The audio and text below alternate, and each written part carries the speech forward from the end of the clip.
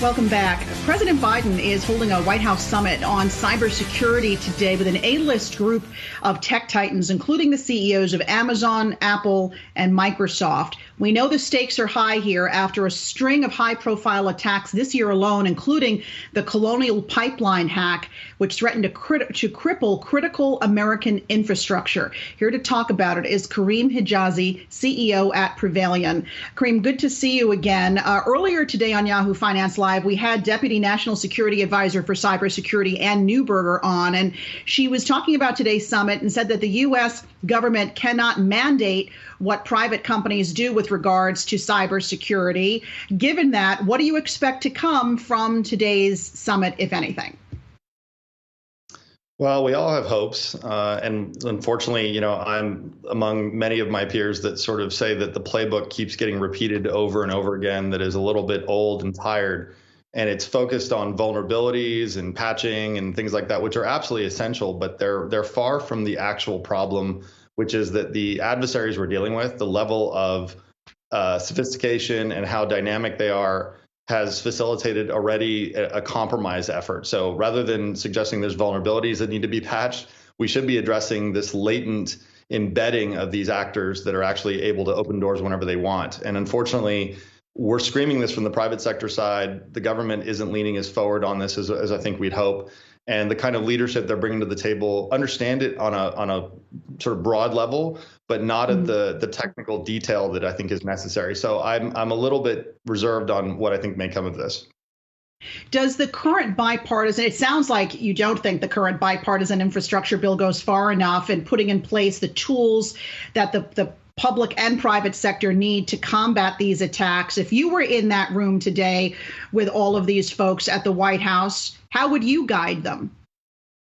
Absolutely. I think it's a good start. And I think the biggest problem that we're seeing here is, again, this misperception that we're still in a potentially vulnerable and yet to be attacked state, when in reality, from all the data that we collect from a Prevailion perspective, suggests that we're already in a compromised state. And now it's about rooting out that evil internally so that those doors can be shut from the inside.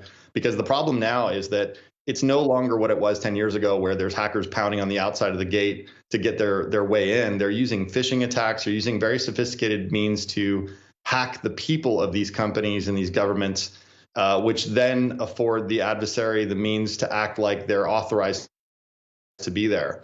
So there's very few defensive technologies that afford any defense against that. It takes a new breed, a new generation of looking at this from an insider threat perspective, meaning the malware is resident. Let's find a way to root this out. So my hope is that this can be kind of accelerated, and the sophistication of the conversation can move to the level that the adversary's at. So we're literally bringing a knife to a gunfight in these conversations, and I really wish we could kind of get on par with what's really going on out there.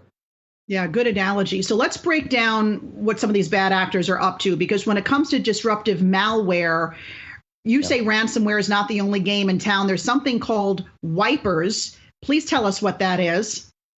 Certainly. It's a very concerning situation, because ransomware was very alarming, and I think it kind of hit everyone like a ton of bricks, because it was going to be extortive and it was going to get people to pay money if they didn't do certain things within a certain amount of time. Now what they're doing is they're going further to either steal the information, which is extortion as well, but even worse, nation state actors like Iran, that are a little bit more emotionally motivated in their attacking. They're not as cunning and as calculating. They'll simply just destroy the data. They'll destroy the machinery upon which it resides, and they'll do things simply to disrupt and destroy. They won't be financially motivated like what we've seen so far.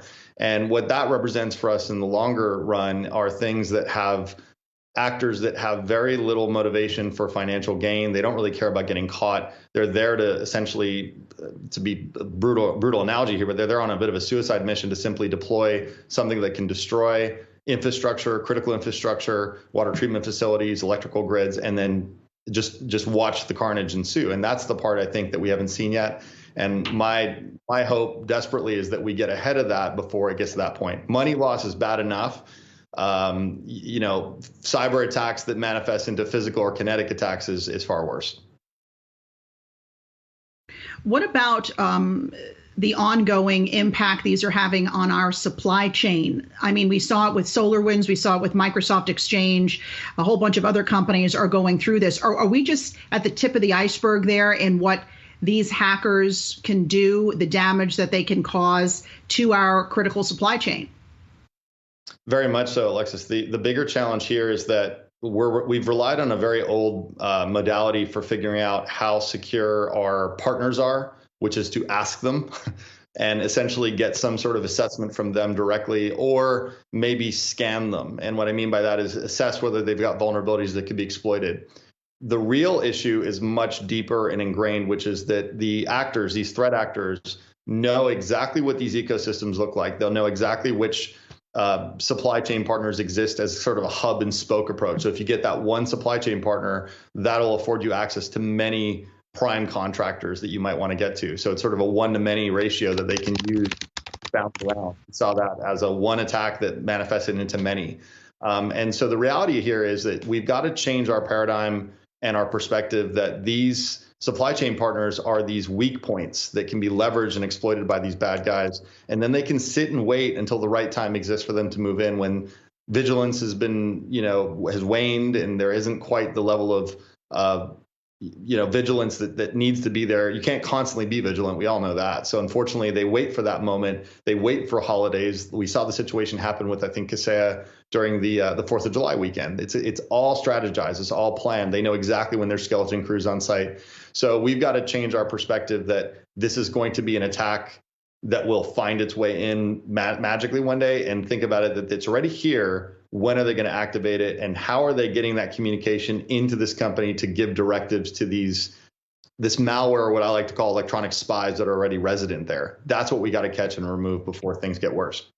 Right. And another playground for these bad actors could be the emergence of 5G, because the capacity for higher, faster wireless speeds also has a downside. And we know the telecom companies, including our parent company, Verizon, continuing to roll out 5G. What are some things they should be thinking about as they continue that push? Absolutely. I mean, with any kind of efficiency and speed comes additional security problems, because, again, the problem is that the effectiveness of the product for our convenience is exactly what the adversary exploits to their advantage. So the speed by which they can deploy malware, the speed by which they can extract information from huge, broad swaths of environments that were otherwise unavailable, 5G and space internet, used to be, phone services were terribly slow in the old days. Remember, we'd have to run home to our cable modems to get a decent connection. Now, arguably, our phones are faster than our home networks, and 5G will actually accelerate that even more. Same with some of the more modern satellite technologies. So that provides a much broader method for attack surface for the adversary. And then it also allows the adversary to use other victims as another launching point for an attack. So it becomes a force multiplier for them to get to everyone and anything they want to get into. So what they need to be thinking about is essentially how to throttle connectivity to some of these groups, understand where these groups are, understand who's infected, so they can, to use the term that we've been hearing about for 2 years, quarantine effectively some of these infected parties so the contagion can be limited. I know it sounds biological, but it's identical in cyber. All right, Karim Hijazi, CEO of Prevailion, thanks for being with us today.